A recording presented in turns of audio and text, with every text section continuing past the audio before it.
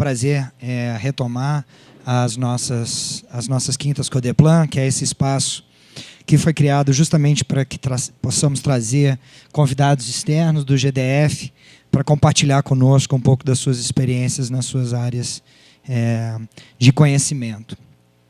A ideia com isso é que a gente enriqueça o nosso debate e pense a realidade do Distrito Federal nessa perspectiva um pouco mais ampla, mais comparativa, talvez, e certamente levando em consideração o cenário federal e internacional. Então, prazer enorme estar aqui com o Guilherme, que é diretor na INAP nessa área de inovação. Já se comprometeu a escrever para a nossa revista, não é isso, Guilherme? Que vai sair agora em dezembro.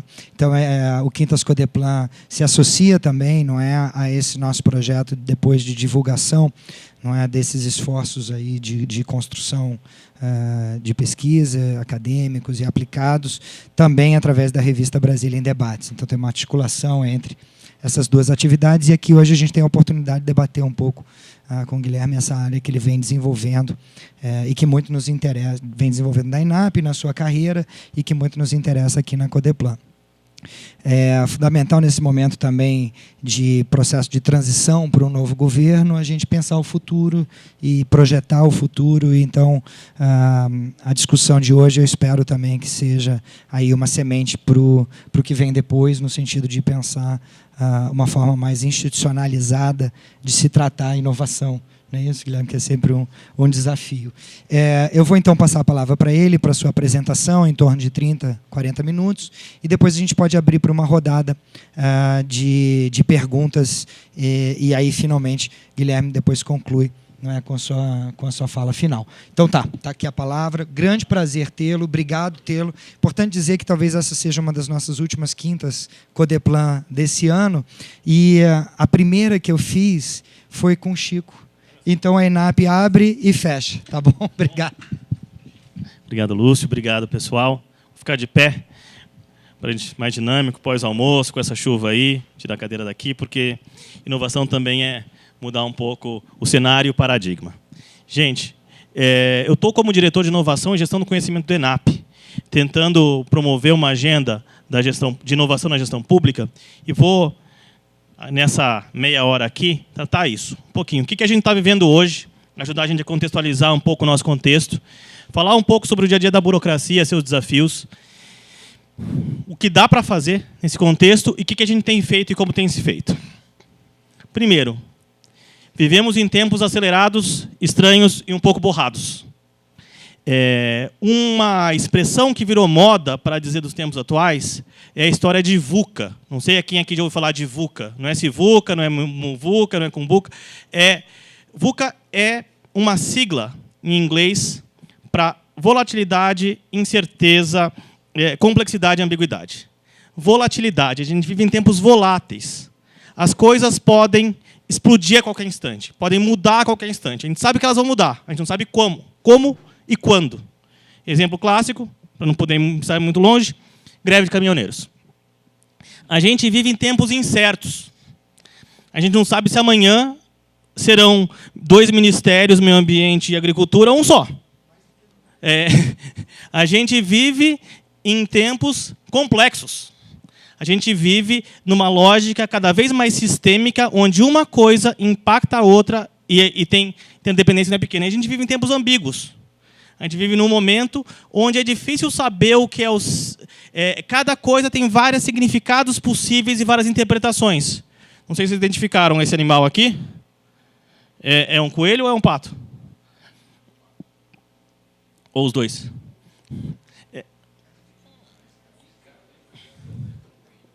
É um coelho com as orelhas ou um pato com seu bico. Mas, bem-vindo ao tempo do coelho-pato. E, nesse contexto, a gente tem uma onda tecnológica que não é pequena, transformando tudo. Né? Eu estou contando meu tempo aqui, medindo meu batimento cardíaco a colar, monitorando as notícias no computador encostado ali, e sendo transmitido ao vivo, talvez, ou registrado para algum canto.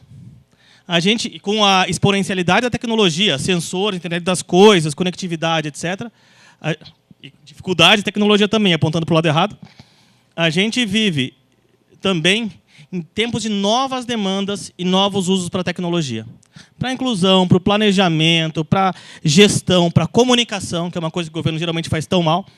Então, viver esse contexto é essencial para a gente pensar na burocracia de hoje, no que ela faz e no que ela pode fazer. E a burocracia tem desafios que não são pequenos. Dia desses, eu fui no dicionário para buscar a definição de burocracia. E, obviamente, quem está no serviço público conhece o conceito weberiano, que vale a pena a gente, a título de comparação, trabalhar em conjunto aqui. Burocracia, lá pelo século XIX, era aquele belo sistema de execução da atividade pública, com um corpo complexo de funcionários que estão lotados em órgãos, secretarias, departamentos, com cargos bem definidos, com treinamento e seleção qualificado, profissional, regulamento fixo, rotina, hierarquia, responsabilidade demarcadas, estabilidade e tudo mais. Esse é o paradigma burocrata ideal do século XIX. Aí corta, a gente chegou no século XX. Não sei se vocês já viram qualquer definição de burocracia do século XX. Alguém arrisca? Alguém conhece? Já foi no WISE atrás ou não? Dica. Poucas vezes eu me senti tão insultado lendo o dicionário. Vou deixar vocês lerem enquanto eu tomo meu café. Peço que não se sintam insultados também.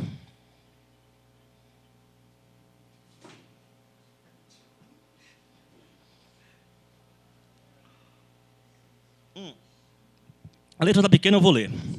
Está no dicionário, está no WISE. É o mesmo sistema. Primeiro, começa com um pejorativo. É o mesmo sistema que a gente falou ali, mas com um corpo de funcionários como uma estrutura ineficiente, inoperante, morosa para resolver problemas, sem iniciativa, sem flexibilidade, indiferente às necessidades das pessoas, indiferente à opinião pública, que tende a complicar os trâmites para aumentar sua área de influência e seu poder, e que, por isso, acaba emperrando ou asfixiando as funções da organização, que são a sua razão de existir. Você acha que está faltando? Não, eu não coloquei no slide aqui, mas quando eu perguntei isso, ele perguntou, você quis dizer burocracia? Ele pergunta isso. Ele pergunta e burocracia está no dicionário também. Mas a questão é, gente, a crise de legitimidade, isso não sou eu que falei, foi o dicionário. O dicionário é o jeito em que você consolida como léxico, como explicação, as palavras do dia a dia. É assim que, no século XX, a sociedade vê a burocracia. Ou parte da sociedade vê parte da burocracia, o que não deixa de ser um problema. Mas a burocracia tem outros problemas, além do conceito de burocracia no dicionário. A gente tem, na nossa Constituição Federal, o objetivo fundamental de erradicar a pobreza e a marginalização e reduzir as desigualdades sociais e regionais. Tarefa que não é fácil. A gente tem aqui uma crise de legitimidade, que não é pequena. Cena de 5 anos atrás, há 5 quilômetros está aqui, mas continua viva na memória de todos. A gente tem restrição orçamentária. Quem aqui tem todo o orçamento que queria para executar o que quer fazer? Não precisa ir muito longe. A gente tem um dilema que não é pequeno de pacto federativo. Quando a gente quer fazer, a gente descobre o que a gente quer fazer, não é a gente que tem que fazer. E vice-versa. A gente tem uma lógica totalmente formal e burocrática no sentido burocracia e no sentido formalismo. Já tive, felizmente agora temos processos eletrônicos, mas mesmo quando a gente tem o processo digital, não sei se você já tem o SEI aqui no GDF. Tem. Quando eu cheguei e fui trabalhar com o SEI, a primeira coisa que me chamou a atenção foi o ícone editar documento. Vocês lembram qual que é o ícone editar documento? Um pergaminho e uma pena. Pero Vaz de Caminha ficaria muito orgulhoso. Mas temos que lidar com isso. Será que resultado ou pergaminho? Para onde a gente vai? A gente tem uma cultura organizacional que não é fácil de mudar. Mudar a cultura talvez seja das coisas mais difíceis de fazer, mas se a gente não mudar essa cultura, a gente continua naquele plano lá atrás. E a gente tem uma dificuldade que não é pequena, que precisa ser enfrentada, que é de propósito. Minha esposa está seguindo aquela famosa lógica de Brasília, em que você nasce, cresce, passa num concurso, reproduz e morre. Então ela está prestando concursos. O último que ela prestou eram 30 mil para um. você está aproximando o concurso de uma loteria, não só na maneira em que parte dos servidores enxergam o processo, mas também na forma de seleção. Não é mais por qualificação, é por sorteio, por alguma coisa assim. Mas resgatar o propósito do servidor, que é servir, deveria ser parte do processo de seleção, de capacitação e de gestão de pessoas. É uma coisa que é difícil colocar na prática no nosso dia a dia. Mas, eu estou sendo rápido porque eu quero muito ouvir e discutir com vocês, então eu estou apressando. Essa palestra aqui eu já dei durante 2 horas, agora eu vou fazer em meia hora. E aí eu pergunto o que dá para fazer. Quem foi para São Paulo sabe que esse é o tradicional dilema do paulistano. Se vai para o paraíso ou para a consolação.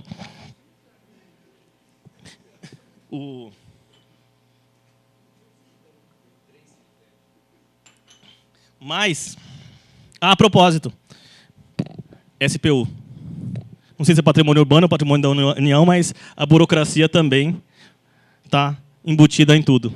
Primeiro, quando a gente pensa em inovação, tem várias coisas que a gente pode usar para transformar.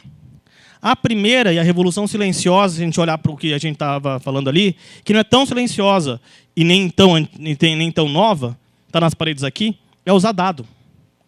Usar dado para obter informação, para ter conhecimento, para tomar decisão, para ter uma ação que gere transformação.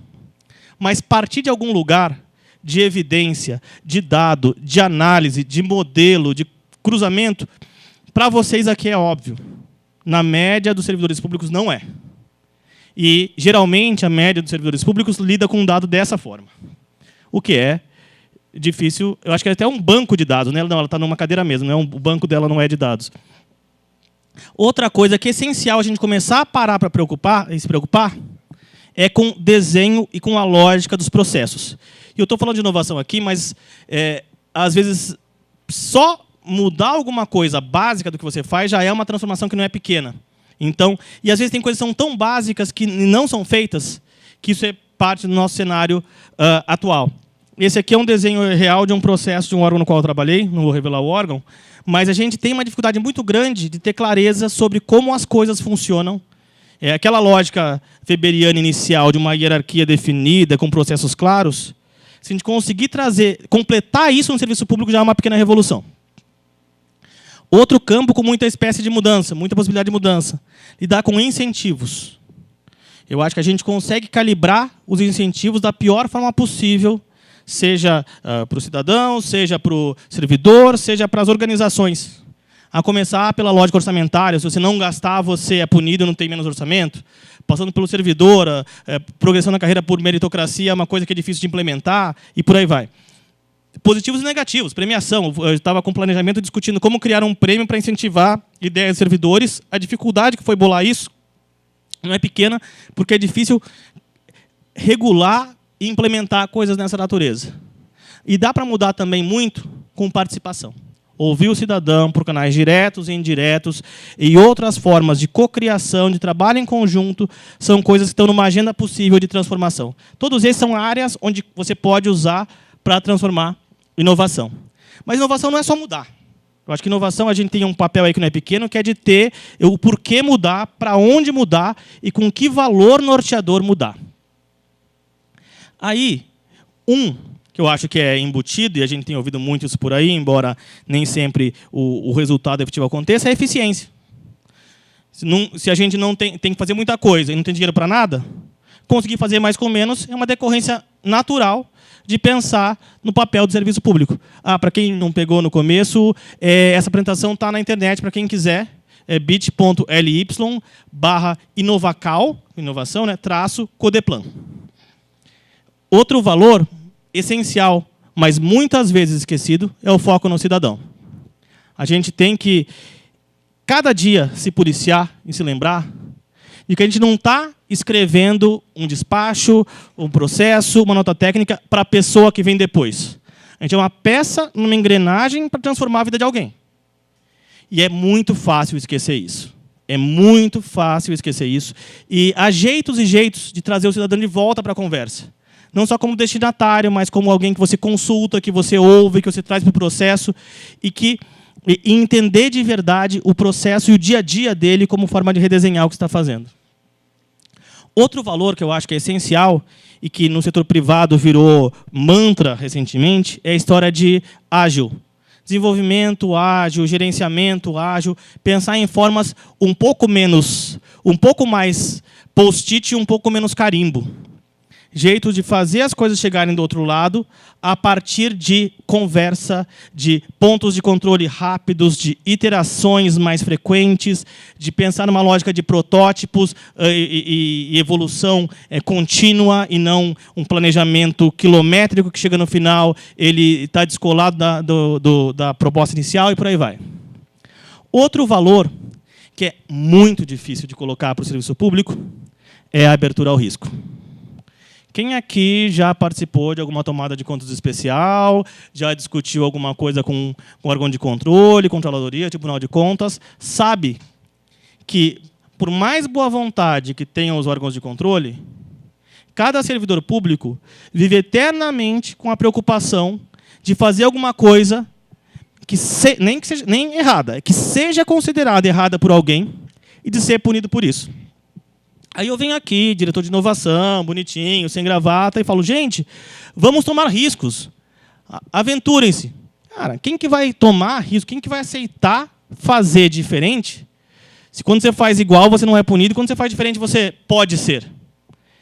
Lembra que eu falei de calibrar os incentivos? Precisamos, para conseguir abertura ao risco, calibrar uma série de incentivos e envolver os suspeitos de sempre, aqueles responsáveis por avaliar e, portanto, punir, numa lógica de que arriscar e errar em baixa escala e aprender muito com isso é muito melhor que implementar um programa milionário que não dá impacto nenhum. Se a gente não conseguir internalizar, comunicar e difundir essa ideia, a gente vai estar eternamente fazendo o mesmo e sem sair do lugar, ou com evoluções tão pequenas que a legitimidade só vai cair e a eficiência só vai para o espaço. Mas, beleza. Já sabemos em que mundo vivemos, o que dá para fazer, mas a pergunta que sobra é o como. Como a gente faz para colocar esses valores na prática, para transformar aquelas coisas todas naquele mundo bagunçado? Primeiro, momento merchandising, capacitação. A gente só vai conseguir ter novas competências, novas habilidades, novos conhecimentos, se a gente se capacitar, se a gente for atrás. Primeira coisa que eu digo aqui é o seguinte, capacitação agora é um processo permanente. Não existe se terminou a faculdade e acabou. Agora a gente vai permanecer aprendendo até o fim dos nossos tempos. Acho que vocês já perceberam isso, não perceberam, tomem conta que a cada dia... E segundo aprender não é só na escola. O processo de aprendizado não é só o processo formal na escola.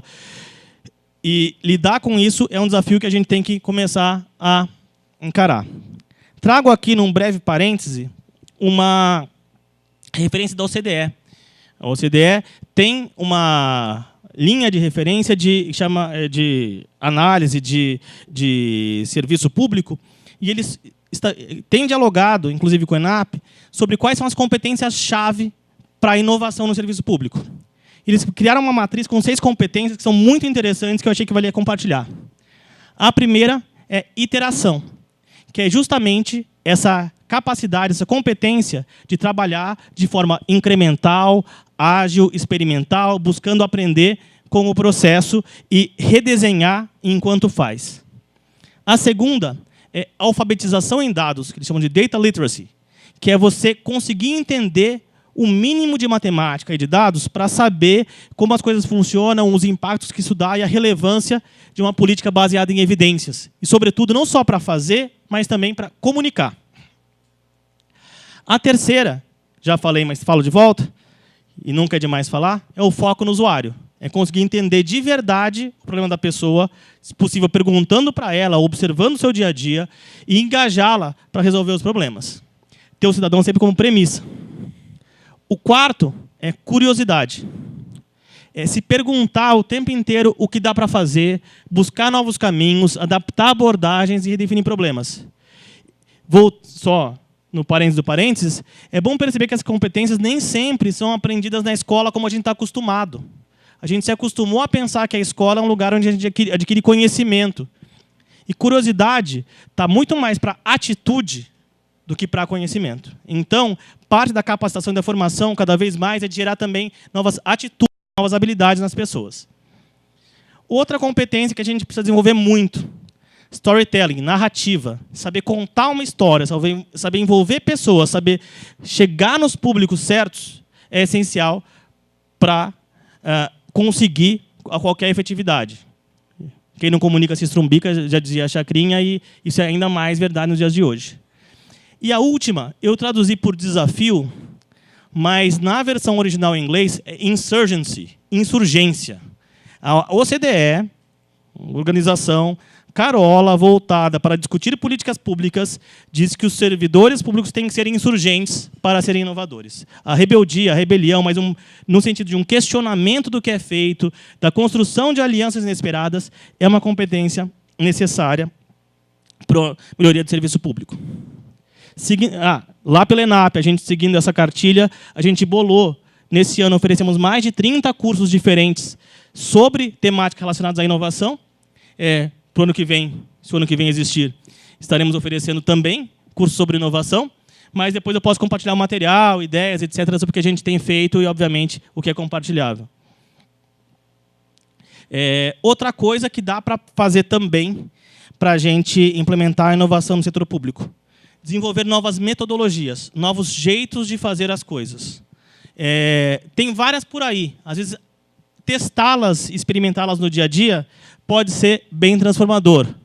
O Ministério do Planejamento tem bolado algumas próprias para transformação de serviços. Por exemplo, com metodologias para questionar, personalizar e reinventar serviços. Pela ENAP, a gente está lançando nesse fim de ano 2 ou 3 guias de metodologias. Uma de pesquisa etnográfica, ou seja, de como ir para campo para entender a realidade do cidadão para transformar o serviço. E outra de uma que a gente chamou de imersão rápida, que é como, num processo de 1 semana ou até 1 mês, pegar uma política em curso, conversar com os atores envolvidos e chegar do outro lado com uma proposta de transformação. Tem metodologias variadas para redesenho de política, para formulação, e eu acho que elas trazem todas alguns elementos novos, seja com base no design, seja com base na antropologia, seja com base na economia, na ciência de dados, para trazer um ar novo, um jeito diferente de fazer as coisas no serviço público. No próprio G9, que é o laboratório de inovação que a gente tem lá, a gente bolou um kit de ferramentas de design thinking para o serviço público, para trazer justamente novas formas de desenho, redesenho e de programas ou de projetos. Outro jeito que dá para fazer é por meio da colaboração. E colaboração, sobretudo, como dizia lá na insurgência, com quem pensa diferente ou quem tem vivências diferentes. A gente tem hoje uma rede de inovação no serviço público, que é a rede NovaGov, que junta os 3 poderes, junta União, Estados e municípios, junta setor privado, terceiro setor, academia, e a ideia é colocar essas pessoas em contato para trocarem experiências, para trocarem conhecimentos e para, de forma informal, pensarem em projetos comuns e desenvolverem coisas. Inova.gov.br, dei uma boa fuçada, tem muita coisa legal feita por lá. E a rede de inovação está organizando, no fim de novembro agora, um encontro internacional de inovação no setor público, aqui em Brasília, de 26 a 29 de novembro agora. Vai ser lá no Cercedelo Correia, no ISC, né, que é a Escola de Governo do TCU. E depois eu compartilho link, programação, etc. Gratuito, obviamente, vale muito a pena comparecer. Eu acho que tem muito aprendizado para ir. E, não menos importante, ainda o que dá para fazer é experimentação. A gente tem lá na ENAP um laboratório de inovação em governo, cuja ideia é justamente experimentar com metodologias e com políticas públicas. Pode ser um experimento numa lógica de prototipagem, teste de reação, etc. Pode ser um experimento na forma de piloto, pode ser um experimento na forma de científica, de uma avaliação randomizada controlada. Infelizmente, a gente não conseguiu gerenciar nenhum desse nível ainda, mas está nos os próximos passos. Mas a lógica, cada vez mais, é de que a gente tem que errar cada vez mais rápido, errar cada vez mais barato, e errar aprendendo cada vez mais para aí começar a acertar. Porque a gente está errando muito caro, a gente está demorando muito para perceber que errou. Eu acho que essa aqui é uma constatação transversal que a experimentação pode ajudar a superar. Agora, merchan nos minutos finais, pela ENAP, a gente tem o G9, que é o Laboratório de Inovação em Governo, que é uma parceria com planejamento, com um parceiro estratégico, que é o Mind Lab, que é um laboratório da Dinamarca, que foi o precursor disso no mundo, e que é um espaço que a gente usa para construir soluções criativas para problemas públicos. A gente tem lá 3 eixos de ação. O primeiro é prospectar novas ideias para a política pública. Então, a gente tem bolsas de protótipos de pesquisa, de inovação para políticas públicas. A gente tem um concurso de inovação para ver o que está acontecendo. A gente traz pessoas para falarem para a gente sobre novas tendências. E a gente apoia redes nacionais e internacionais para a gente entender o que está acontecendo. Por exemplo, a gente está com bolsa de pesquisa tentando ver o potencial do uso da realidade virtual para a política pública. Ou como usar blockchain para registro de cursos da ENAP. Ou como fazer um mapa de evidência para a segurança pública. A ideia é pegar exploratoriamente a fronteira do conhecimento de novos métodos para ver o que pode ser útil. E trazer isso para uma conversa, para um diálogo, pensando em novos passos. Além de prospectar, o que a gente faz muito por lá também é experimentar. Que é colocar a mão na massa e testar novos métodos e ver o quanto eles funcionam ou não. Experimentar na prática, com ciência comportamental aplicada a políticas públicas, com design aplicado de interface aplicada à política pública, com antropologia aplicada, com métodos ágeis, e com isso, sempre junto com alguém, com algum parceiro que vai trabalhar conosco, aprendendo junto e registrando, se possível, esse aprendizado. E, além de prospectar e experimentar, a gente tem a missão de disseminar, de contar para o mundo. Não por acaso eu estou aqui, não por acaso a gente organiza a Semana de Inovação, não por acaso a gente participa da rede, não por acaso a gente tem publicações, seminários e outras formas, manuais e outras formas de colocar a boca no trombone. Mas aí eu termino aqui com a seguinte reflexão. A gente viu como é que era a burocracia do século XIX e como é que era a burocracia do século XX. E eu pergunto para vocês como é que vai ser a do século XXI, ou como é que está sendo a do século XXI. Eu ainda estou formulando na minha cabeça o que pode ser, mas a imagem mais próxima que eu encontrei aí foi essa. Eu não sei se vocês sabem o que é isso. Parece efeitos especiais, coisas de filme, mas, na verdade, assim, é um espelho. Parabéns. Vocês são a burocracia do século XXI. Eu também, também estou no espelho. Mas a resposta é que a burocracia vai ser o que a gente fizer dela.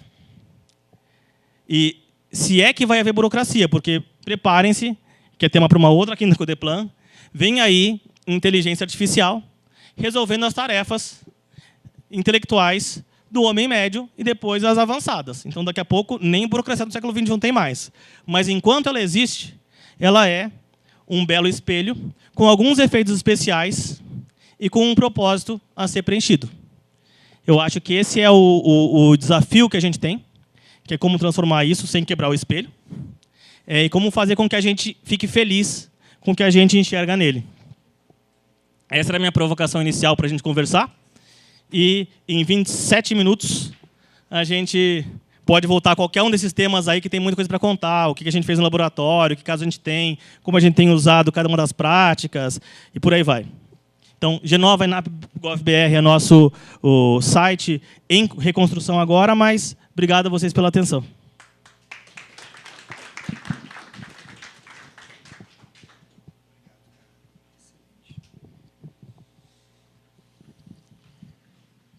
Guilherme, muito obrigado, viu, pela apresentação. Ótimo, dá um panorama amplo, não é? Dessa temática e das formas de entender a inovação e do papel que a inovação tem no serviço público hoje. Eu tenho algumas perguntas, mas eu vou abrir antes para a plateia, ver se alguém tem algum comentário ou alguma pergunta que queira fazer nesse momento. Alguém? Por favor. Pega o microfone. Peço que a pessoa que for falar só se apresente, porque a gente está gravando. A gente pode coletar algumas perguntas e depois... sou Leandro Saavedra, sou professor voluntário da UNB e consultor. Não ficou claro para mim como se poderia vencer o problema de aversão ao risco, como na burocracia, bom, como todos aqueles organismos de controle, os burocratas sempre preocupados de fazer alguma coisa que depois vai criar um problema, né, no TCU ou algum desses outros órgãos que existem. Alguém mais? Cláudio?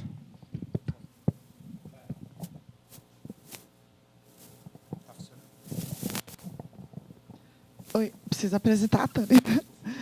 Cláudio Cibele, da Codeplan. Oi, Guilherme. Obrigada pela apresentação. Assim, acho que foi extremamente enriquecedor. Eu escutaria você essas 2 horas. Você falou que fala, entendeu? Eu cheguei bem no iniciozinho, aqui um pouco atrasado por conta da chuva. Desculpa. Mas, bom, a gente tem ouvido o tempo todo a inovação, né? A gente tem praticado tal, e pela primeira vez eu ouvi muito claro a coisa que você disse, assim, como a gente parar de preocupar com o desenho e a lógica dos processos. Assim, é bom ouvir né, a ENAP é autoridade na questão da inovação na gestão pública. Então, foi muito bom ouvir você falando sobre isso. E a outra, a pergunta do colega da frente era uma pergunta também, que está sendo feito, assim, de inovação mesmo, rápida, para que essa coisa do processo, formalidade, do foco na formalidade do processo, e assim, que do servidor, que eu penso assim, quando você age de boa fé e de bom coração, um servidor que vai assinar algo, você corre esses riscos e vai correr, mas com isso você consegue explicar por quê. Tá ruim? Eu sempre achei que você consegue explicar, entendeu? Quando se existe a boa fé e a vontade de fazer qualquer coisa e erros de formalidades, de que tribunais, e a gente sabe que gente que fica o tempo inteiro, né, na política pública, questionando, cada um tem seu papel, acho que já está inovando também os órgãos de controle quanto a isso. Eu queria, era exatamente sobre esses 3 pontos, o que a gente tem de melhor aí de experiência. Mais alguma? Nossa, gente, 3, 4, ótimo. Assim, ali atrás, depois aqui. Por favor. Guilherme, se apresenta. Boa tarde a todos. Eu queria fazer a seguinte colocação. Eu sou o Carlos, do quadro da Codeplan, já em final de carreira, e participo de um grupo aí de discussão no governo federal, que é junto com a Cefara, Banco do Brasil e etc. E eu vi agora, no início do mês de março, a questão do AGE, coisa equivalente. Bom, e aí e também aqui na Codeplan, e já em algumas instâncias, tenho trabalhado em tomadas de conta especial. A questão que eu coloco é como conviver neste mundo que muda, e muda muito rápido, especificamente nessa questão ágil, e conviver com a questão da legislação para que os empregados ou funcionários exerçam de fato esta criatividade tão exigida no mundo moderno. Vamos. Alexandre, você quer complementar algo ou é algo novo? Porque se for algo novo, espera um pouquinho, porque eu tenho algumas perguntas também. Então, vamos dar a chance dele. O Bruno também tem. Então, vamos fazer uma segunda rodada, senão você não consegue. Ia precisar de outra página. Gente, a melhor coisa que eu fiz foi falar rápido para poder debater. Que se vocês... Obviamente, o que eu falei é o óbvio, se eu organizei as ideias, a gente constrói mesmo junto. E a primeira coisa que eu ia falar é isso. Inovação e esporte coletivo. Se você está fazendo inovação sozinho, você está fazendo errado. E aí, um pequeno parênteses, a gente está na ENAP com outro estudo com o OCDE sobre o ecossistema brasileiro de inovação pública. Como a gente faz para criar um contexto de inovação na gestão pública brasileira. E o processo já entrevistou uma série de pessoas, em princípio com foco no federal, mas acho que tem desdobramento para o resto. Uma série de entrevistas iniciais, eles trouxeram as primeiras conclusões e teve uma visão deles que me marcou muito.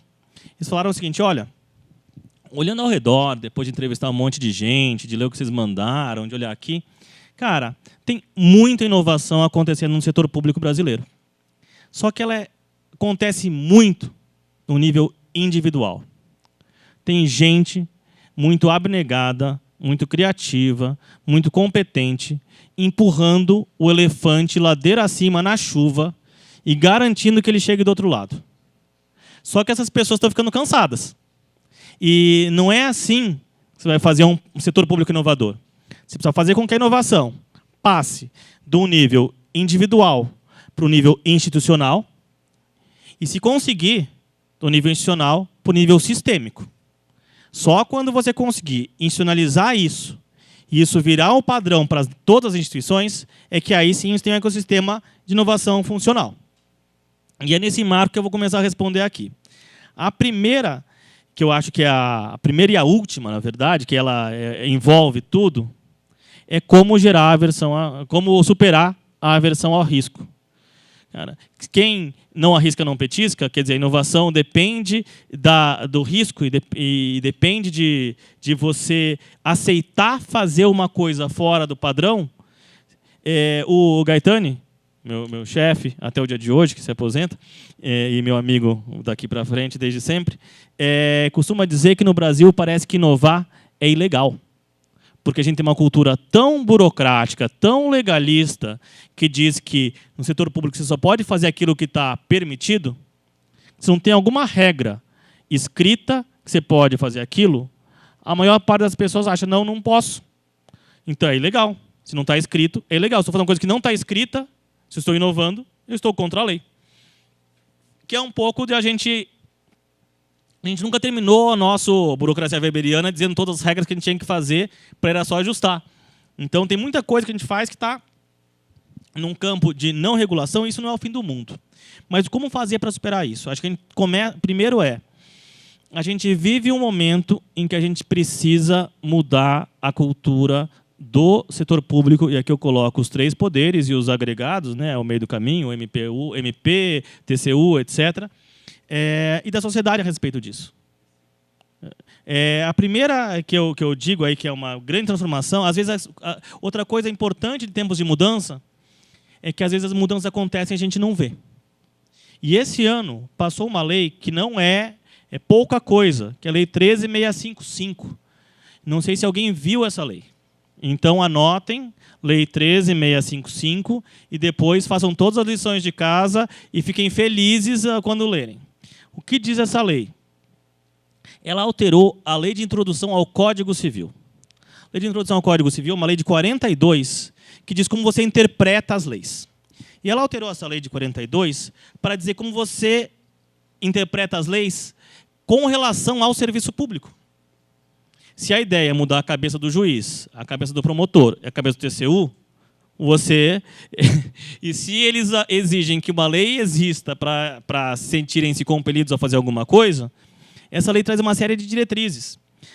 Eu não vou ler aqui, que foram quase 12 ou 13 artigos, 10 artigos novos, bastante longos, incluídos na lei, mas a linha de fundo é a seguinte: os órgãos decisores, quando foram decidir alguma coisa relativa à política pública, eles têm que levar em conta não só os princípios, mas também uma coisa muito difícil de levar em conta, chamada realidade. Então, eles têm que olhar para a realidade dos fatos, para a dificuldade e o contexto que aquele gestor estava vivendo, para a dificuldade que ele tem de ter informação disso, para tomar uma decisão. E não pode punir uma pessoa que errou de boa fé e várias outras. E o juiz, se tomar uma decisão, uma canetada que transforma impacta o que está fazendo, ele não pode tirar as coisas penduradas na sua conta, ele tem que responder por isso também. E várias outras pequenas mudanças estratégicas que equilibram essa lógica do controle com base olha só, realidade. Nos fatos, no dia a dia, no contexto da política. Essa, conceitualmente, é uma revolução gigantesca. E eu espero que isso, sendo aplicado, ele comece a permitir que as pessoas corram mais riscos. A pergunta é uma lei que pega? a lei tem, assim, a gente discutiu recentemente na ENAP com especialistas e tal, todo mundo que olha encontra um buraco na lei, um problema aqui, uma dificuldade de interpretação acolá, mas aprofundar esse debate vai ser essencial para a gente restabelecer esse controle. Outra forma da gente diminuir essa aversão ao risco, pelo exemplo, mostrando que dá. Eu acho que parte da ideia do laboratório de inovação, de experimentar, e aí eu numa digressão aqui, tem um laboratório de inovação em governo. Eu costumo dizer que eu gosto mais da palavra laboratório do que da palavra de inovação. Porque um laboratório tem uma série de concepções possíveis, né? Mas eu acho que eu gosto muito do fato de que um laboratório é o lugar onde você entra com uma hipótese, você testa e você sai com um aprendizado. E errar num laboratório não é punível. Errar é uma possibilidade e ela é tão benéfica quanto, às vezes, mais do que acertar, porque você aprendeu. Então, acho que a gente começando a ter a prática de experimentos, e aí tem formas e formas de fazer isso, porque você pode fazer um experimento que seja a baixíssimo custo, e aí um tribunal de contas não vai querer te punir, porque você gastou 10 mil reais comprando, sei lá, desenvolvendo um pré-aplicativo de software que descobriu que essa estratégia não seria uma boa ideia. Então, errando barato e errando rápido é um jeito de as pessoas se sentirem confortáveis a errar. Outra forma de permitir diminuir a aversão ao risco. Eu tive discutindo recentemente com o pessoal que tem trabalhado com inovação em Portugal, na União Europeia. Eles criaram um mecanismo por lá, em alguns países, que eu achei muito inspirador, que se chama-se de feriado normativo ou direito ao desafio.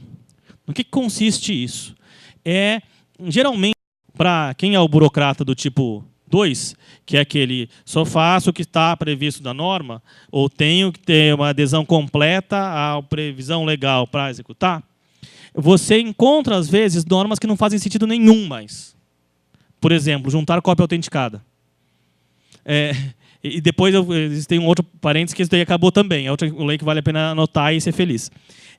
Mas aí, o que é o direito ao desafio?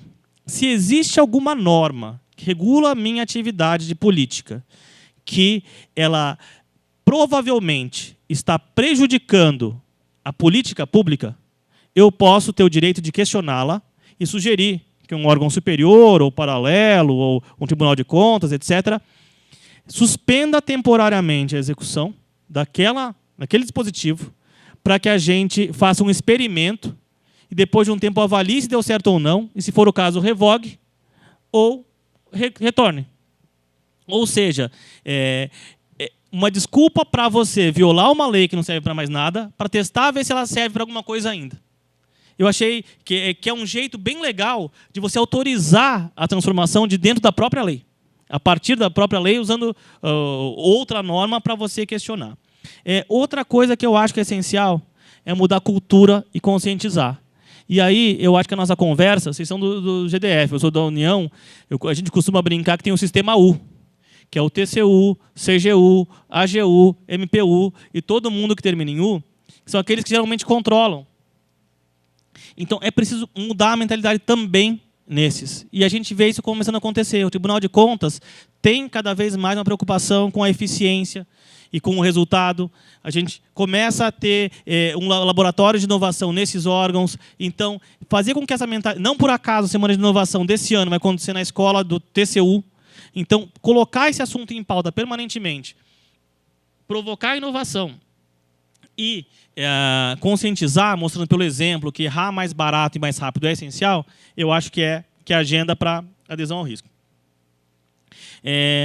Sobre desenho de processos, um ponto que a Cibele levantou ali, uma coisa que eu queria colocar é o seguinte: a gente tem um problema grave quando a gente vai fazer a transformação digital, quando a gente vai migrar para o digital, na verdade. É que muitas vezes a gente migra, mas não faz a transformação. Acho que a gente tem uma questão que tem que ser entendida, que se a gente focar no cidadão é mais fácil. Tudo que a gente faz, na verdade, um processo, por definição, é um conjunto de entradas, processamentos e saídas. Então, a gente entra a informação de um lado, processa, autorizando, aprovando, informando, etc., e tem uma decisão, pagamento de um benefício, uma decisão colocada, etc. A gente acostumou a pensar que um processo é um conjunto de papéis em volumes. Um processo não é isso. Um processo é um conjunto de informações e ações que levam a uma decisão e uma transformação da vida de alguém, em algum ponto. Se a gente pensar dessa forma, a gente começa a pensar, não é 10 páginas de PDF. É busca a informação diretamente no banco de dados. Não é comprovação de identidade para uma cópia autenticada. É checar no seu documento nacional novo que essa pessoa ainda está viva. Então, a gente começa a inverter o ônus, a lógica e a fonte e também o funcionamento do processo.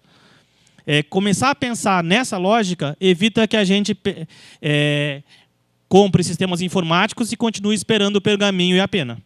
Então, pensar na mentalidade digital ela é essencial para transformar de fato. Eu acho que esse é um dos desafios que a gente vai viver agora. Fazendo justiça. Eu acho que o SEI é uma baita de uma revolução. Eu tive a oportunidade de conversar com um cara que primeiro implementou o SEI no governo federal, quando o SEI estava fazendo 1 ano. E eu perguntei para ele, cara, parabéns, você fez uma revolução. Mas diz para mim, dá para ter feito uma transformação gigantesca no jeito que os processos são feitos, como eles são organizados, estruturados, a informação disso, e você colocou tudo ali como se fosse exatamente como era antigamente? Por quê? Ele virou para mim e falou, olha, se eu fizesse do jeito que o ideal, ninguém entrava. Eu tive que, para as pessoas aderirem nessa rodada, eu tive que fazer de um jeito em que a pessoa pudesse cometer no eletrônico exatamente o mesmo erro e a idiosincrasia que ela fazia no papel. Que aí ela topou. Memorando, despacho, etc. Colocou ali um joinha, que é o curtir, que é o ciente, mas ninguém explicou direito o que servia para quê. Mas a revolução, às vezes, é incremental também. Então, não é... Você tinha outros 2 pontos. Um era o do desenho, o outro era o do risco. Qual que era o terceiro?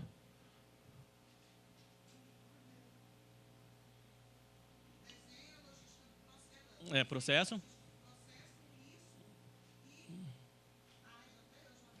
Daqui a pouco ele volta. Eu vou falar como lidar no mundo que muda sempre, que eu acho que é o nosso desafio agora.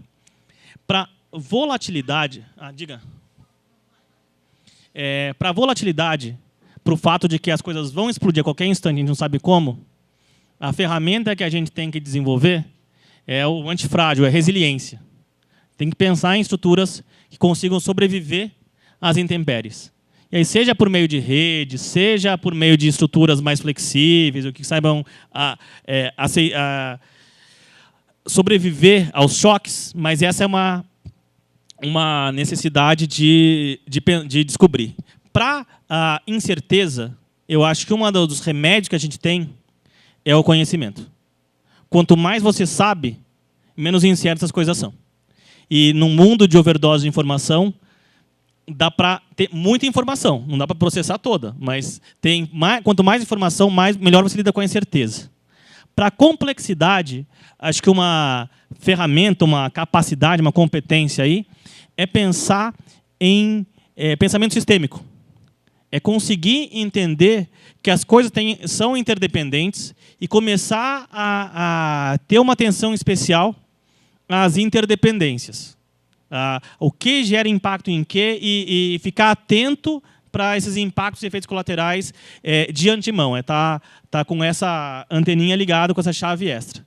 E para a ambiguidade, que a gente nunca vai saber o que está certo ou não, a solução é a coragem. E aí, voltando ao ponto inicial, que é a questão de como lidar com o controle, a gente tem uma nova lei que diz se você pode ou não fazer, como vai ser julgado, qual o limite do seu risco, etc., que é benéfico quando for utilizado pelo judiciário.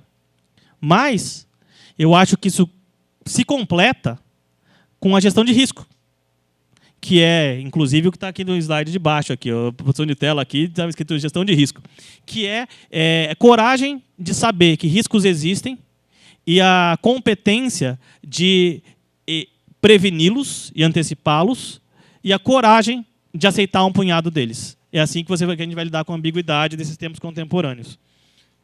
Talvez tenha ficado faltando alguma, mas daí vocês me lembram. Gente, eu acho que dá para fazer mais uma rodada de perguntas. Eu vou ter que sair às 16 horas, eu tenho uma reunião depois. Bruno, você assume aqui quando eu sair, porque eu não quero interromper necessariamente essa conversa, e aí, Guilherme, você fica depois à vontade também para...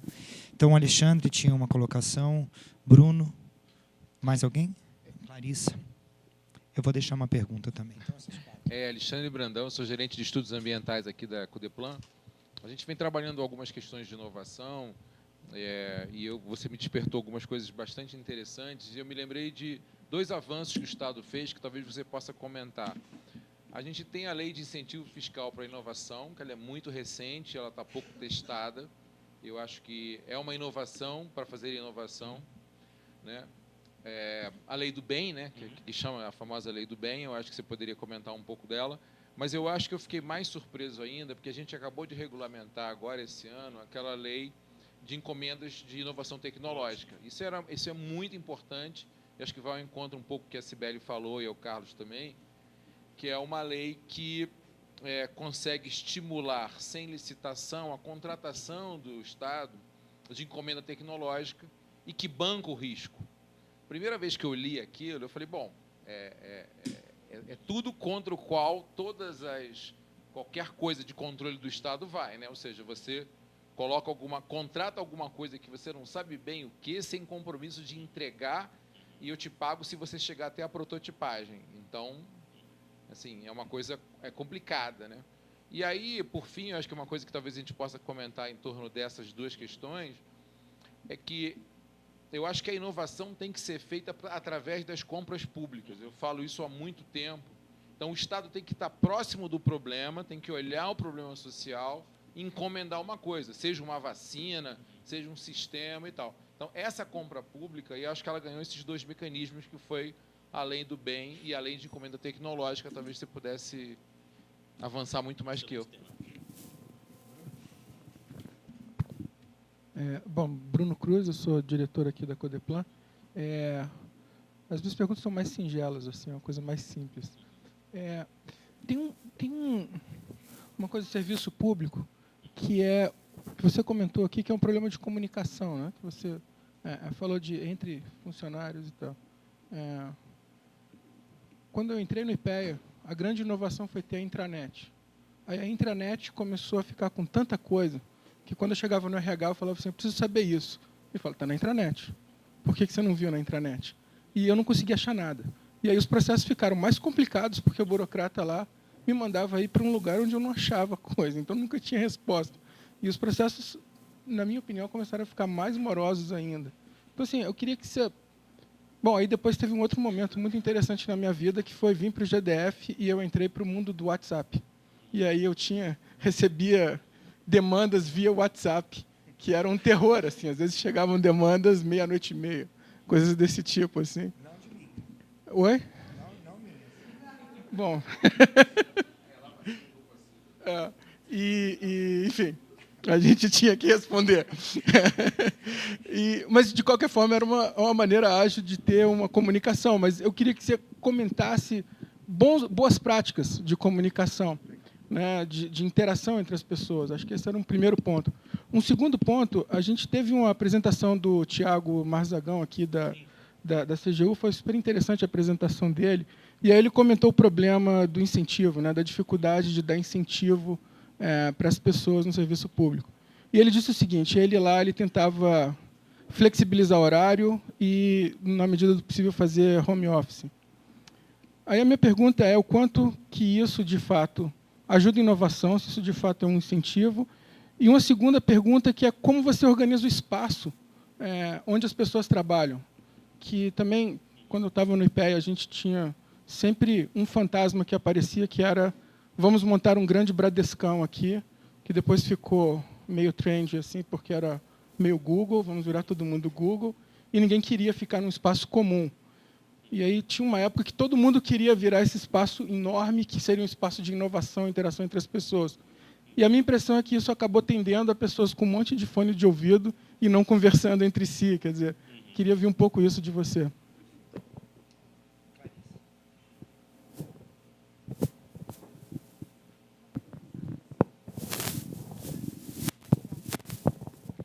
Boa tarde, Clarice, aqui da Codeplan. Acho que a questão do incentivo está mais ou menos parecida com o que o Bruno perguntou. Eu queria que você comentasse um pouco sobre a questão do concurso, que acaba premiando mais quem decora do que quem está, de fato, capacitado, né? E que, às vezes, isso pode ser um setback para a inovação. E, em relação aos incentivos, como manter, né, um funcionário incentivado ao longo do tempo? Digamos, assim, aqui na Codeplan, desde que eu entrei, eu trabalho com pessoas que estão aqui há 30 anos, há 35 anos. Como a cada mudança de governo, você tem novas iniciativas, você tem uma inovação, mas aí muda o governo e aí as iniciativas elas são enterradas. Como criar algum tipo de núcleo duro para manter a inovação seguindo, né? É isso. Rápida. É sobre a questão de tecnologia, que eu não sei se... Eu não lembro se você tocou nela na tua fala. Inovação está associada à disponibilidade de ferramentas que permitam que você crie, mas está o hardware, né? Mas está, obviamente, associada também ao software, à cabeça das pessoas, e a linguagem de programação ela é muito importante dentro da lógica de inovação, principalmente para a gestão de informação, para visualização de dados. Então, a gente precisa, a meu ver, cada vez mais programadores. E programador não tem a lógica do concurso do servidor público. Ele não, o seu conhecimento se esgota muito rapidamente, se supera muito rapidamente. Codeplan vivenciou isso na sua trajetória, né? Ela já foi aqui um grande centro de construção de sistemas nos anos 80, de inovação, portanto, no âmbito do Distrito Federal. E capacitação aí passa a ser importante, talvez, para essa atualização. Mas será que o sistema de contratação no serviço público, com estabilidade, com, enfim, é adequado para a lógica de inovação? Ou não? E aí, como é que você faz essa gestão da tecnologia, necessitando sempre se renovar e tendo uma lógica de permanência e continuidade no serviço público? Eu vou ter que ir embora. Faça a pergunta e vou embora. Eu vou passar a coordenação. Isso, e pode falar que não tem nada a ver. Mas eu queria agradecer demais, viu, Guilherme? Foi um prazer, a sua fala foi muito legal. Gostei muito, acho que ajuda muito, muito próximo do que a gente vem pensando e tentando fazer aqui na Codeplan de formas distintas. Então, acho que nos ajuda a dar uma amarrada também nessas nossas ideias. Obrigadão, viu? Um abraço. Obrigado. Obrigado, Lúcio. Bruno. Bom, tentando organizar isso aqui numa reflexão um pouco mais linear, primeira coisa, eu costumo dizer sempre, tem uma coisa que o governo faz pior que tecnologia: comunicação. E as duas, eu acho que não é por acaso, porque são áreas da prática que elas dependem não necessariamente só de conhecimento, mas também de habilidade, de atitudes, e que elas dependem de uma atualização constante, que é o contrário dos incentivos que a gente tem no serviço público. Então, não por acaso teve aqui todo um tópico de comunicação e tecnologia e de contratação, porque é onde o calo aperta primeiro, porque é onde está mais descompassado, e não por acaso o que a gente mais precisa. Se hoje a sociedade é digital e se comunica digitalmente, o governo não sabe fazer nem comunicação nem digital, o governo está desconectado. Simples assim. Então, sim, é um baita gargalo que precisa ser enfrentado. Vou evoluir, vamos ver se a gente chega a alguma conclusão. Segundo ponto, vocês levantaram uma meia dúzia de questões aqui, que eu não tenho resposta, mas estou procurando quem tenha também. Para a lógica de lei do bem, inovação, ICTs, etc., o decreto que regulamentou a lei de inovação, e para a lógica de home office, e para a lógica também de algumas sobreposições institucionais, batição de cabeça, e também para um outro problema, que é o problema da custo-efetividade de ação judicial. A gente lançou recentemente um edital. Eu mencionei agora há pouco aqui, quando a gente não sabe, a gente prospecta, a gente vai atrás. O edital último de bolsas de inovação jurídica que a gente pediu, um dos temas é: e aí, home office, funciona ou não? Para quê e como que eu faço? Outro é ICT, contratações públicas, tudo isso. Está aí. Como que eu faço para fazer isso de forma segura? E uma particularidade desse edital de Bolsa de Inovação é que a gente não quer um PDF de 150 páginas com nota de rodapé e com citações bibliográficas. A gente está querendo um protótipo, um modelo, uma sugestão de experimento para a gente testar. Foi isso que a gente pediu para os nossos bolsistas. Vamos ver o que sai daí, mas vou comentar minhas impressões a respeito disso. A primeira, sobre todo o ecossistema aí de inovação, de legislação de fomento à inovação. Geralmente, quando me pedem para falar de inovação, eu faço um disclaimer. Eu falo, gente, eu vou falar de inovação em políticas públicas, não de políticas públicas de inovação. São parecidos, mas são diferentes. Embora eu gosto muito também de políticas públicas de inovação e seja uma área de grande interesse meu. O que eu enxergo em política pública de inovação? Que a gente vive um ciclo de um eterno retorno que a gente vai precisar quebrar em algum momento. Como funciona esse ciclo? A gente quer fomentar a inovação. A gente lança uma lei de inovação, uma regulamentação de inovação. No começo, as pessoas ficam preocupadas e não usam, porque não está bem regulamentado, bem explicado. Aí surge uma regulamentação infralegal, um decreto, continua usando pouco. Surge uma portaria, manualiza, para dar para as pessoas a segurança e a previsibilidade que elas têm que fazer. Aí começam a usar. 1 usa, 2 usam, 20 usam. Quando chega num N suficiente, alguém fez alguma coisa errada e dá errado. Aí essa pessoa é punida. Aí gera um medo. E esse medo vai falar, precisamos mudar a lei de inovação. Param de fazer. E aí começa uma discussão, precisamos mudar a lei de inovação. Aí mudamos a lei de inovação. Aí regulamos a lei de inovação. Aí começamos timidamente. Pegamos velocidade. Um é punido. Para tudo, tem que mudar a lei. A gente já fez umas 2, 3, 5 vezes. Seja na lei do bem, seja no etc, etc. A gente está na fase em que a gente mudou a lei, regulamentou, agora fala, agora vai. Quem vai primeiro? A gente está nessa fase. E aí, eu ouvi ao redor, assim, a gente tentou lançar uma encomenda tecnológica, num processo com a imprensa nacional, que queria usar inteligência artificial para consolidação legislativa. Pegar, ler todo o diário oficial, o passivo diário oficial em PDF, transformar isso em texto, usar a análise de linguagem para sistematizar informações e processamento de linguagem natural para consolidar e ver que portaria está valendo agora, não e por quê. E a gente chegou a bolar um desenho, ajudando a escrever e tal. Chegou no jurídico político, né, Casa Civil, Imprensa Nacional está subordinada. Realmente vocês querem que eu faça um edital de concurso de inovação de inteligência artificial no último semestre de um mandato na Casa Civil? Vocês estão loucos. Então, tem um quê de...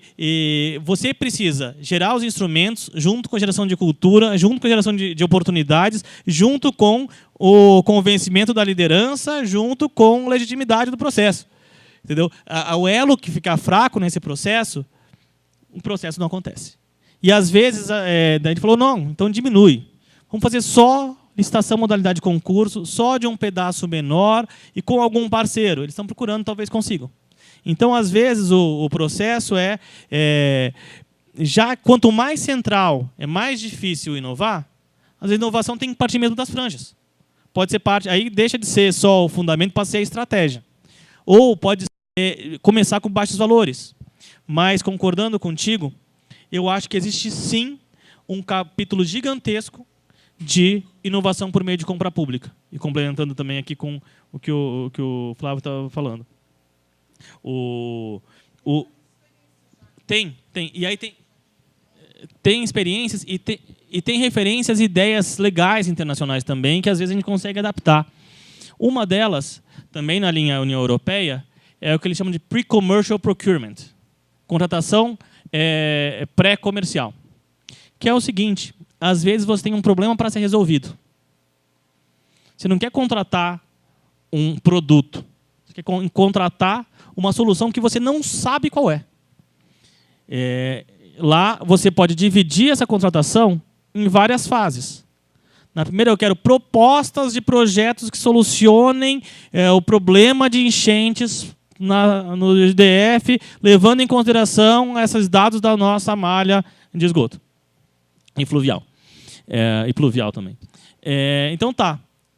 Propostas, e aí 3 ou 5 são aprovadas. Aí você pega uma delas, agora eu quero, com base nesse requisito básico, uma nova contratação disso. E que implemente isso na prática com um teste para 5.000 moradias. Então, às vezes, um processo de aprendizado, o que acontece geralmente? Quando a gente contrata um produto ou uma solução pronta, e não o desenvolvimento de uma. E quando a gente vai contratar o desenvolvimento de uma, a gente contrata com uma pessoa só. Às vezes diminuir, abrir a variedade, e a cada passo deles avaliar e fazer o incremental, onde você reabre a concorrência, é um desenho que tem testado na União Europeia. Mas aí, de novo, eu trago a camada da discussão anterior.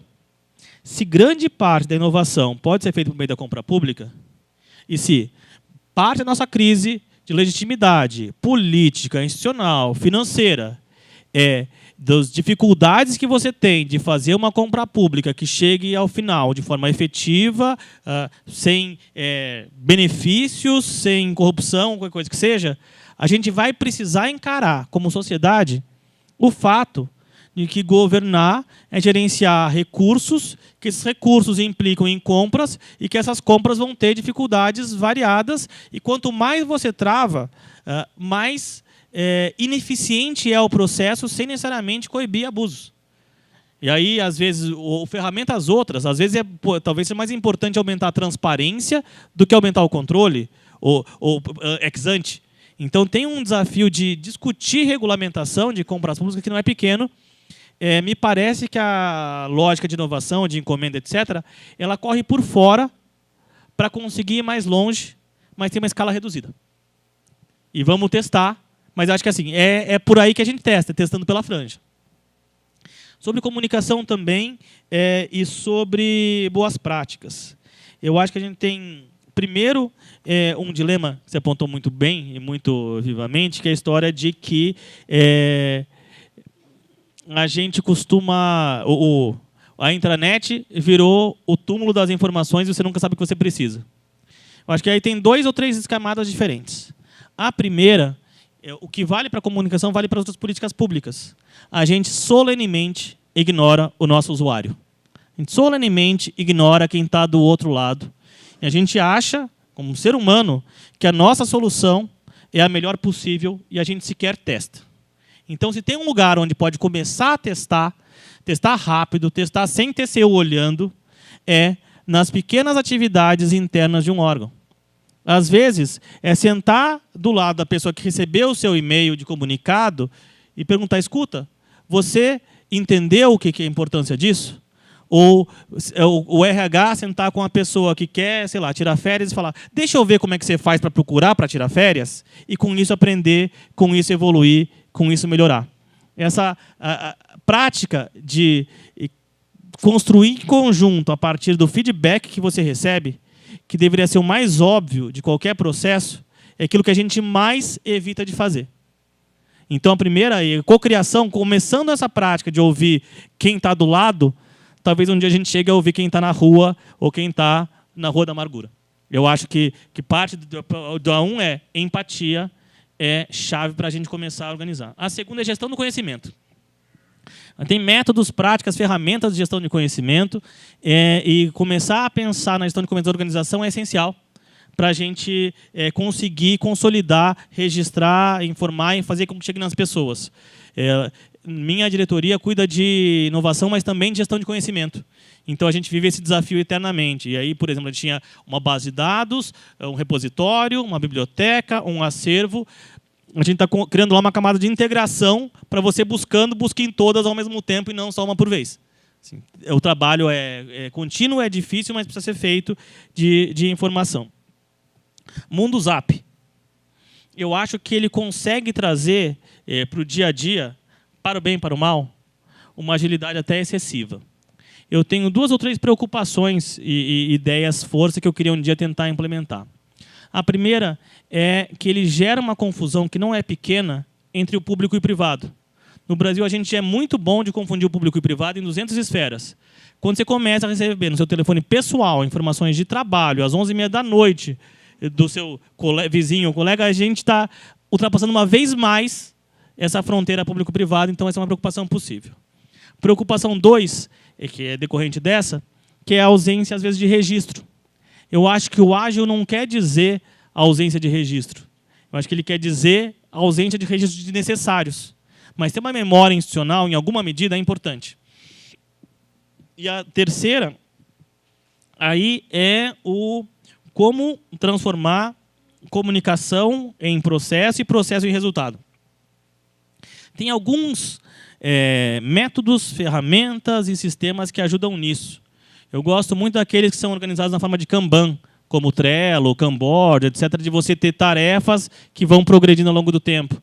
Gosto muito de comunidades de comunicação, onde as referências vão se organizando por canais, como Slack, Rocket Chat e outros assim.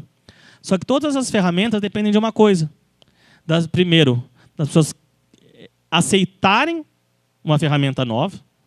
Segundo, de elas aprenderem a utilizar, de elas internalizarem sua cultura como algo útil e válido, e de isso ser algo que faz mais bem do que mal. Por exemplo, uma sugestão, se eu tiver lá o ano que vem, dos desafios que eu quero lançar de edital de inovação, é esse. Como estabelecer um canal efetivo de comunicação institucional interna que seja produtivo. Um WhatsApp corporativo é um canal de conversas, por tema, é como organizar a informação de um jeito mais prático.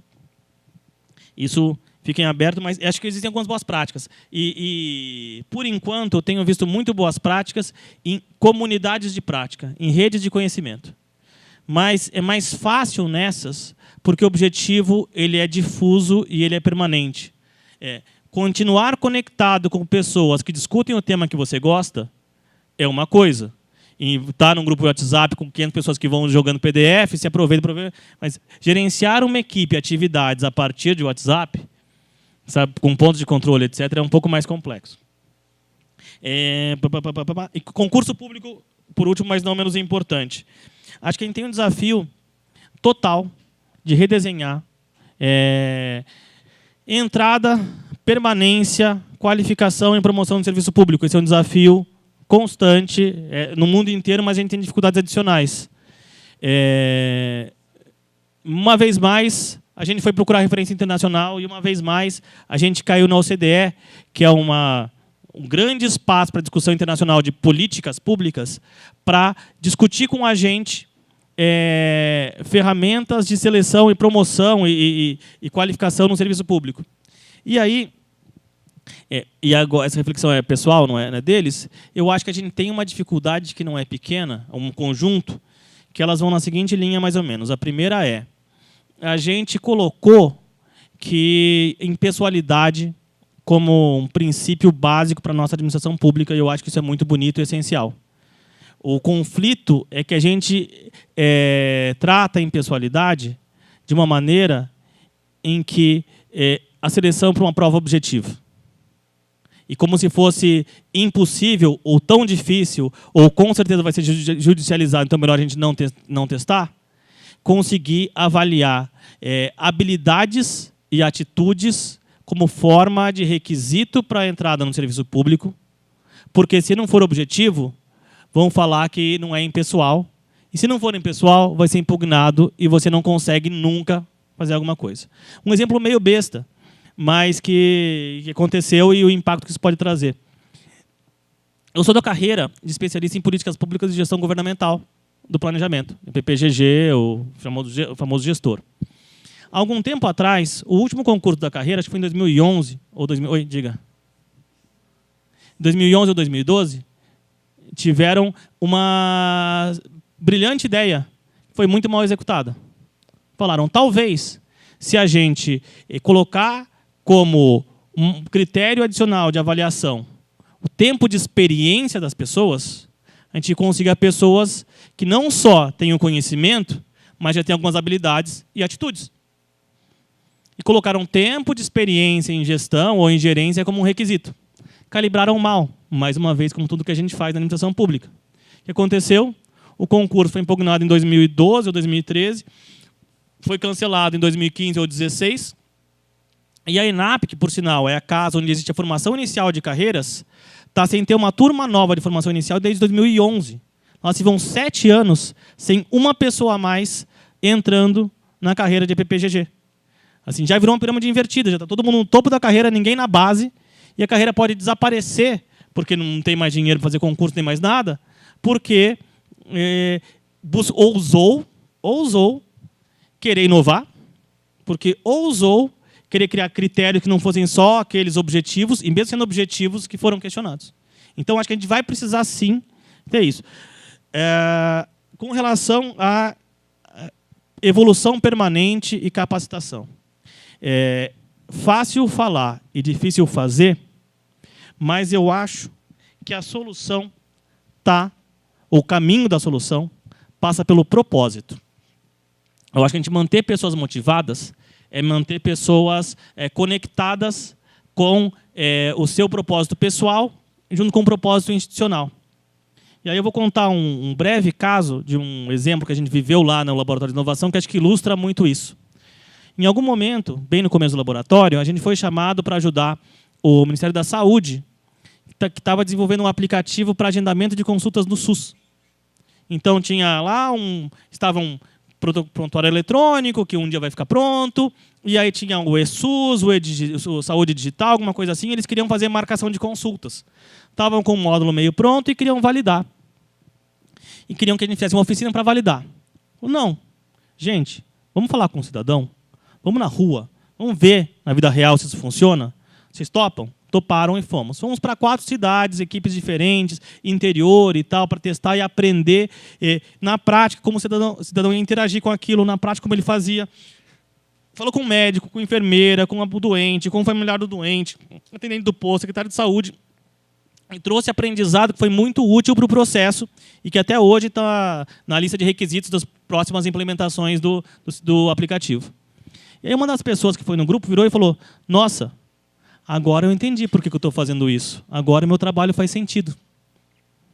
E eu acho que a gente está acostumado a fazer trabalhos e não ver o sentido neles. Então, minha hipótese, e eu acho que a gente pode experimentar isso no cotidiano de um jeito muito fácil, e se for isso, reforçar, é devolver o sentido para o serviço público, devolver o sentido para o servidor. E a função... o problema é que até quando a gente faz isso, a gente faz isso de uma maneira burocrática.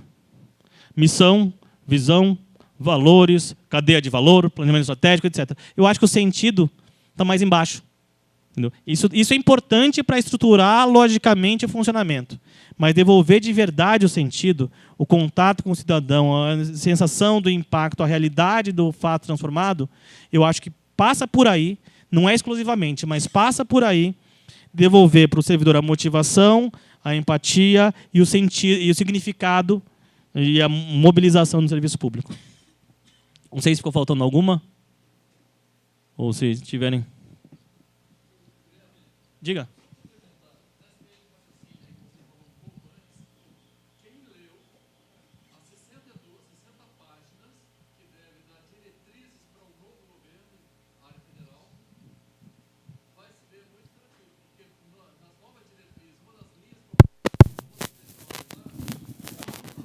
Uma das propostas da frente parlamentar primeiro, o Supremo derrubou toda a questão de atividade fim. Então, pode contratar de qualquer jeito no serviço público. É o que está numa das propostas da frente parlamentar, num dos eixos temáticos que lá está. Então, essa é uma questão que você colocou e que, em princípio, até uma das formas que é colocada lá, é onde dar gás, força, ENAP, para capacitar pessoas. Enfim, não sei se contribuir, mas é uma verdade. Obrigado. Eu acho que a gente tem aí um desafio que não é pequeno. Assim, qualquer pessoa que está no serviço público vive esse desafio, que é o sentido da legitimidade. Acho que é um desafio complementar que a gente tem. Trocar o pneu, a janela e abastecer com o carro andando ao mesmo tempo. Porque o que vamos provavelmente viver por aí é um conjunto de mudanças de ministérios, estruturas, fusões, transformações, cancelamentos, que vai precisar acontecer enquanto a máquina continua a rodar, isso não é óbvio. Acho que você levantou alguns pontos que são muito interessantes, que podem também ser encarados como experimentos, quer dizer, de repente, contratação temporária, contratação terceirizada, são ferramentas. Eu não tenho respostas. Eu acho que elas são hipóteses que podem ser muito bem testadas. Eu acho que o maior risco que a gente tem é de continuar uma lógica de fazer gestão sem olhar o resultado e impacto do que aconteceu e sem aprender com isso. A gente não pode aprender demais a ponto de ficar com medo de tudo e nem aprender tão pouco a ponto de cometer sempre os mesmos erros. Então, acho que esse fio da navalha aí, o nome disso é política, gestão e política pública. E é o mar no qual a gente navega. Eu acho que essa é a minha conclusão e agradecimento final. Não sei se tem mais perguntas ou... Não sei se tem mais alguma pergunta, comentário. Acho que a gente pode... não, foi... A gente pode conversar mais aqui, foi excelente. Muito obrigado, Guilherme, valeu mesmo. Acho que a abertura do Quintas Codeplan com a ENAP, o fechamento agora, foram brilhantes. Eu queria contar 2 historinhas, se você me permitir também.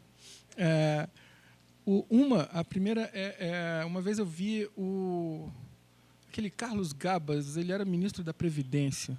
Ele deu uma palestra uma vez, uma coisa que eu achei genial que ele fez.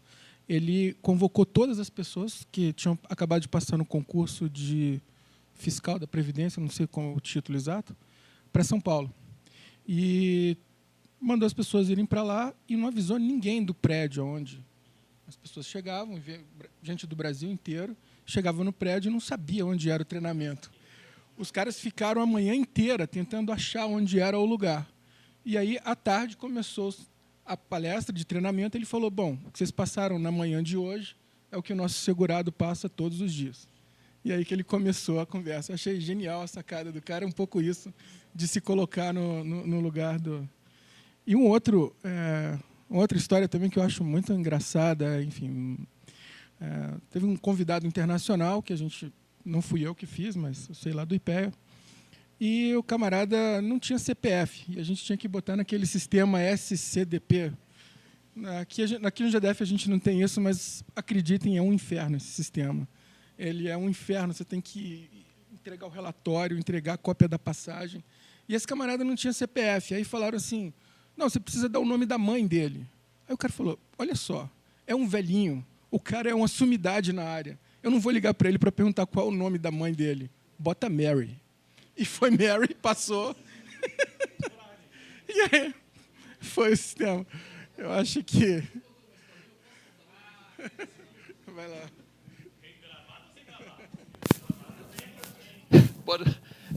Quando se falava, lá na minha entrada inicial, a questão de inovar, coragem para inovar, consequência da inovação. Aconteceu uma história que, no ambiente do governo do Distrito Federal, a pessoa deu um parecer num processo seguinte, não pode fazer isso, porque, em termos gerais, não pode fazer isso, porque isso causa prejuízo. Onde vocês estavam em 1989? Vocês aqui. Esse parecer foi lá. Em outubro deste ano, esta pessoa estava pedindo para ser julgado pelo Tribunal de Justiça, porque disse o que tinha sido feito lá e inverter o ônus. Essa pessoa sou eu. 2 reações finais também. E com spoiler, é que nem aquela cena final do filme da Marvel, né? Aparece aquela cena final que você vê o que vem por aí e tal, e você fica meio cabreiro. A primeira é o seguinte, a gente vive um momento também de oportunidade, mas também de risco. Os órgãos de controle estão começando a se dar conta que não é fiscalizar só o procedimento formal, ou talvez o resultado, mas também o quanto você não muda. Então, durante muito tempo, a mentalidade básica foi, se eu mudar, pode dar errado. Se dar errado, eu sou punido. Não mudo. Agora, os órgãos de controle estão se conscientizando de que desburocratizar é necessário, transformar é requisito, etc., estão começando a fazer auditoria sobre desburocratização. Então, ao invés de perguntar por que você mudou isso, eles estão começando a perguntar por que você não mudou isso.